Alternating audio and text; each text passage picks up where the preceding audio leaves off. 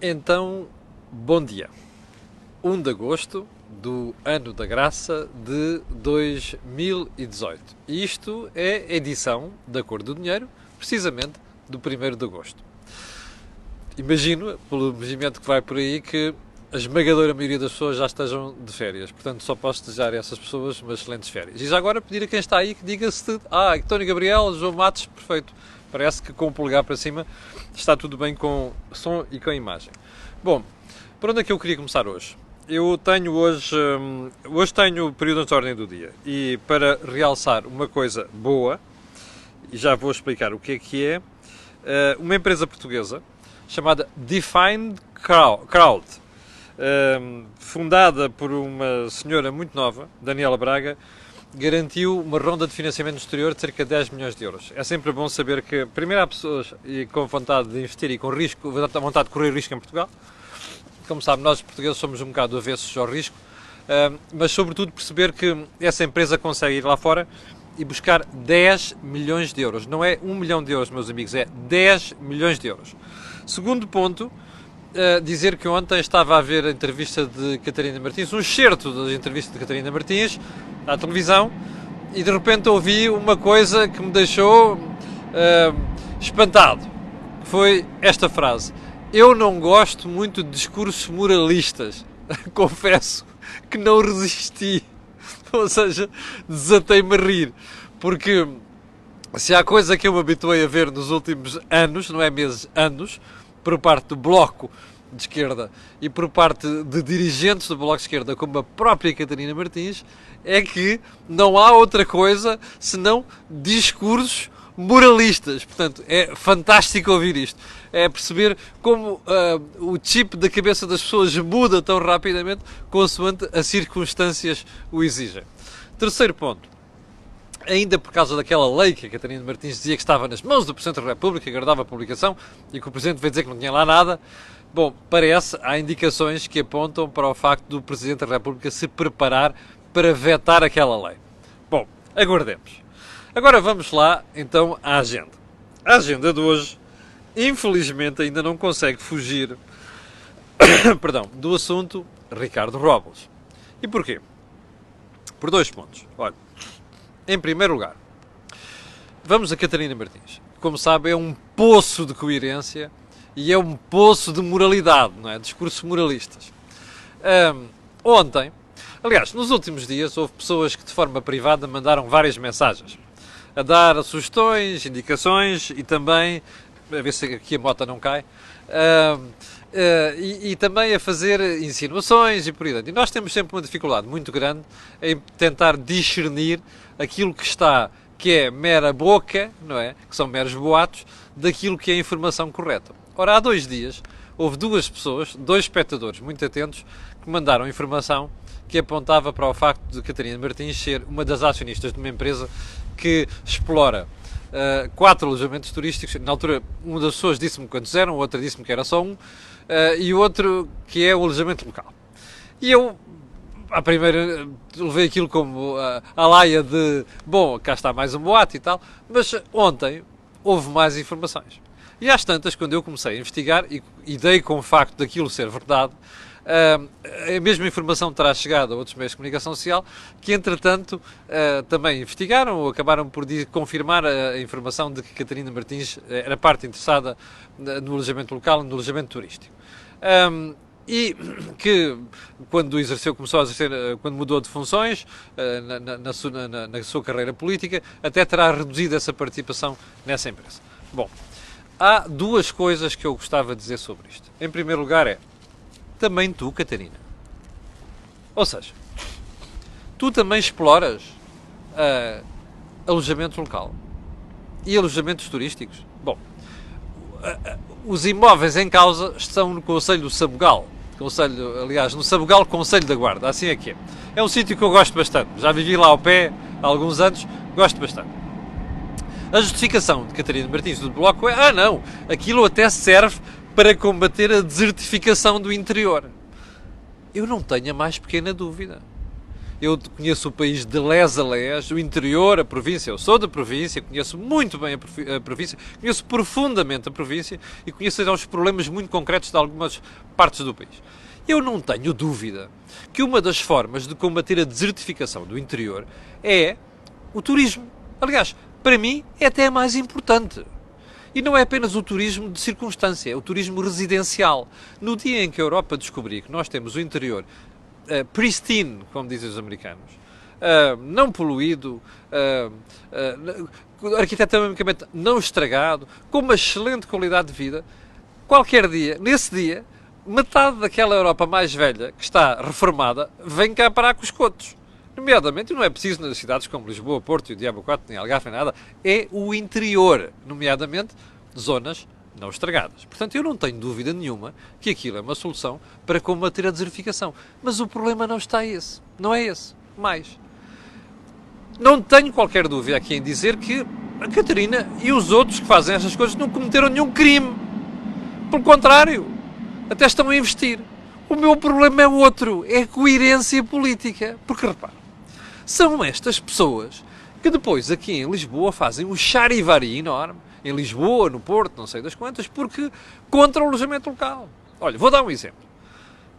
Tentam impor na lei que quem faz alojamento local só pode ser quem vive naquelas casas. Quem não for comprar para fazer aquilo, não pode fazer. Bom, tentam dizer que, espera aí, é preciso limitar o número de pessoas por cada fogo, não sei o quê. Bom, e depois fazem exatamente o contrário. Mais, atacam o capital em tudo aquilo que é manifestação de capital. Atacam a riqueza. Eu já lhe citei aqui a frase onde temos de ir buscar dinheiro a quem faz a acumulação de riqueza. Mariana Mortágua. Bom, fazem 30 por uma linha para condenar o alojamento local. Ainda há dias, a própria Catarina disse, a tal lei está nas mãos do Presidente da República. Bom, como é que pessoas assim depois vêm envolver-se em investimentos de exploração turística e já agora de alojamento local? Você vai dizer, está bem, mas há uma diferença entre o Sabugal e Lisboa. Sim, é verdade que há, mas há outra coisa que eu gostava de dizer. Então, bairros como Alfama, onde havia prédios 40% devolutos, que foram a cair aos pedaços, podres, que foram recuperados, isso não é combater um problema de degradação de património? Isso não ajudou a trazer para aquelas zonas de Lisboa e do Porto? E tenho pena que em Coimbra não se passe o mesmo, mas lá chegaremos um dia. Falaremos sobre Coimbra e sobre as novas limitações ao alojamento local a propósito de Coimbra. Lá chegaremos. Bom, mas não foi isso que permitiu trazer gente nova e revitalizar centros históricos, como Lisboa e Porto?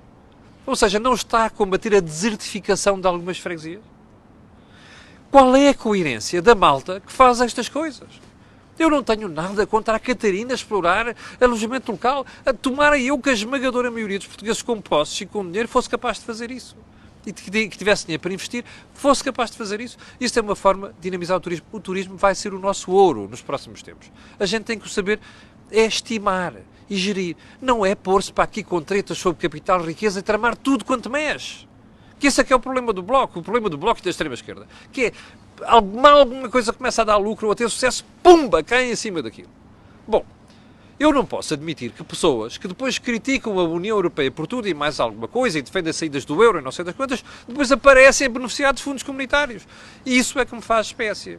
Isso é que me faz impressão e, portanto, a história da Catarina ser acionista de uma empresa que explora aquilo dá-me igual, até fico feliz. O que não posso aceitar é este discurso, que é uma coisa hoje e é que é outra coisa amanhã. Que é uma coisa em privado e depois é outra coisa em público. É comportamentos que são a condenar o capital aqui e depois ali a beneficiar do capital. Não, isto não é aceitável. Eu exijo como cidadão coerência aos políticos que tenho representados no Parlamento e a outros. E, portanto, isto vale para a Catarina, vale para a gente do PSD, vale para a gente do CDS, vale para a gente do PCP, vale para o raio que o parta. Percebe? Portanto, esta é a minha crítica. E já agora, ontem, pessoas que se atiraram a quem criticou a Catarina por causa daquilo. Não se pode dizer, não se pode levar isto tudo ao extremo. Pode. Porque o problema não é ela não poder fazer, o problema é a discrepância do discurso. Que hoje se diz uma coisa, amanhã se diz outra. uma coisa, faz uma coisa em privado e faz outra em público. Isso não é aceitável. Bom, sigamos por mim, porque ainda há muita coisa para tratar. Bem, segundo ponto.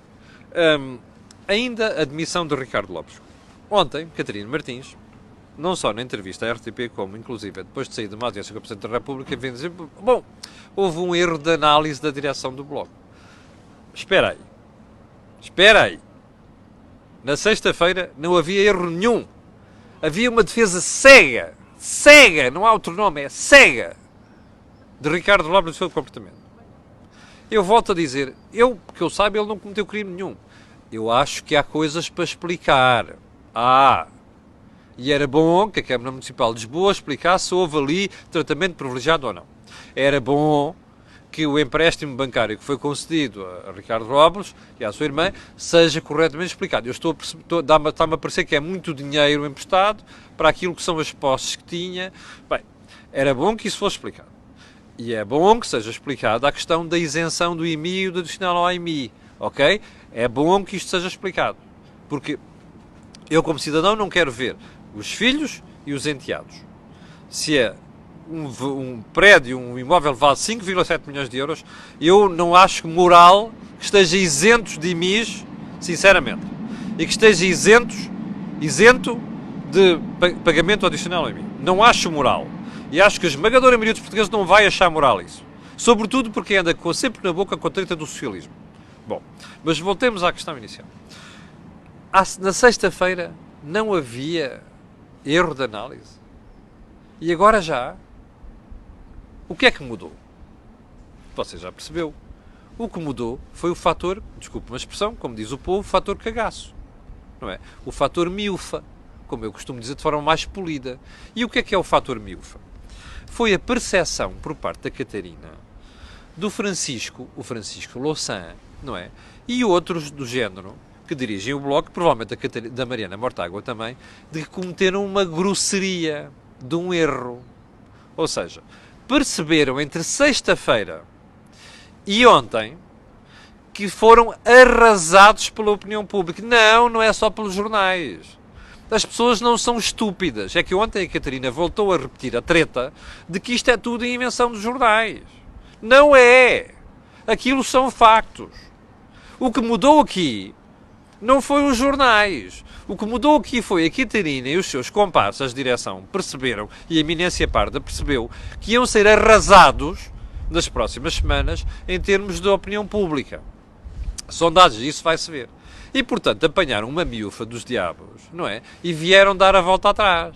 Bom, mas aqui há uma coisa é certa, como eu expliquei já várias vezes, as pessoas são parvas, mas não são assim tão parvas, não é? Nem todos são parvos, nem todos são indefetíveis do Bloco, e, portanto, a pergunta que vão fazer é assim, espera aí, então vocês de um momento para o outro descobriram um erro?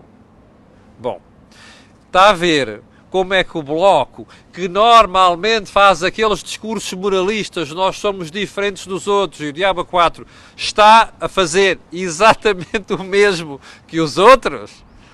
Aí está, perderam a virgindade. É bom, de vez em quando, dar uma queda violenta, bater com a cabeça no chão e perceber o que é humildade. Foi aquilo que o Bloco percebeu nos últimos dias. E vai perceber muito mais. Podem estar descansados que vai perceber muito mais. Bom, e já agora vou voltar àquela questão. Era bom que esta história do esclarecimento sobre alguns pormenores daquele investimento sejam esclarecidos. Ok? É bom, que é para não ficar aqui a pairar uma dúvida na opinião pública. Bom, vamos lá para o terceiro ponto. Os preços das casas em Lisboa, diz o meu jornal em manchete, o Jornal de Negócios, chegam a subir 90% em 2 anos. E em Lisboa, no Porto, essa subida é superior a 45%. Diga-me lá uma coisa. Você acha que alguma coisa que sobe mais de 90% em 2 anos, não é? E 45% noutra cidade é sustentável? Eu não tenho dúvida nenhuma em dizer que não. Agora vamos às consequências. Imagine que há uma inversão disto tudo. E eu sei que há sempre os otimistas a dizerem que não está não sei quantos, isto não é assim. Meus amigos, a experiência de jornalismo económico de 30 anos já mostrou, e empresarial já mostrou, que estas coisas são sempre possíveis. Pergunta, se acontecer alguma coisa destas, o que é que vai suceder? Duas coisas. Quem recorreu ao crédito bancário para fazer investimentos ali vai levar um chimbalão monumental. E, portanto, o banco se calhar vai ficar com aquilo em carteira. Você dirá, está bem, mas a maior parte das pessoas que lá andam a investir não são de cá, são de fora. Ótimo. Se forem de fora e forem de capitais próprios, com capitais próprios, a fazer investimentos com capitais próprios, tudo bem. É uma perda que vão assumir. Isso eu não fico preocupado. O problema é depois o efeito que isto provoca, em termos gerais no mercado. Eu suspeito que 90% e 45% não são sustentáveis. A freguesia de tudo feita no Porto, os preços subiram mais de 45%. Já agora, vamos para o quarto ponto. Porquê? Porque em Lisboa, diz o I hoje, em manchete, tem lá um mapa, vá ver, que é muito interessante. O mapa do I, já agora deixe-me lá consultar o mapa do I, que eu mostro-lhe já, que é um mapa muito interessante. A história é esta, está aqui, eu não sei se está a ver bem. Repare, vamos lá ver se eu consigo dar aqui valores concretos. Freguesia de Santo António. O preço por metro quadrado já passa 4.000 euros, em média. Estrela, mais de 3.000 euros. Misericórdia, 3.600 euros. Santa Maria Maior, 3.500 euros. Isto é sustentável? Eu não tenho a mais pequena dúvida em dizer que não é. Portanto, vale a pena nós pensarmos nisso, porque a prudência, aliás, o seguro morreu de velho, como você sabe, e portanto, prudência nestas coisas. E Dona Prudência foi ao enterro, é assim o ditado. Portanto, prudência nestas coisas é o aspecto mais importante, sobretudo para quem está a pensar a fazer investimentos e ainda está a pensar a fazer investimentos. Eu conheço alguns inclusive me escrevem, tendo em conta que vão fazer isso com um crédito bancário. É perigoso, não é sustentável. Bom, o último ponto desta conversa de hoje, infelizmente, a gente acaba sempre por voltar à saúde. O público diz hoje que os médicos do Hospital de Santa Maria estão proibidos de fazer declarações aos meios de comunicação social sem autorização da administração. Isto é conhecido como a lei da rolha. Eu compreendo que a direção de uma instituição procure ter uma política de comunicação uniforme. Eu compreendo isso. Faz sentido. Cada um não pode andar a falar pelo seu canto a dizer o que lhe apetece. Mas há uma coisa que me parece irrelevante neste caso. É que me dá a sensação que estas limitações que estão a ser impostas às pessoas que trabalham em Santa Maria têm a ver apenas com uma preocupação. É não denunciarem os casos graves e não denunciarem o subinvestimento que está a ser feito na saúde e não denunciarem as situações vergonhosas que estão a suceder. Ou seja, tem uma preocupação política. Ora, isso não é aceitável.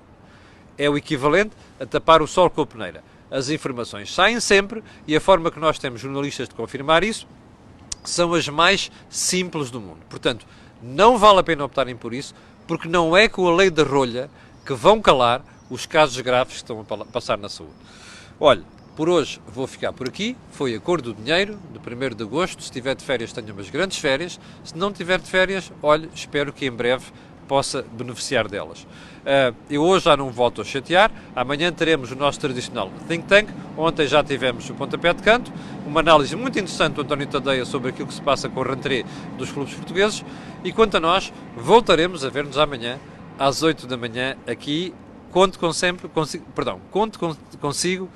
como sempre.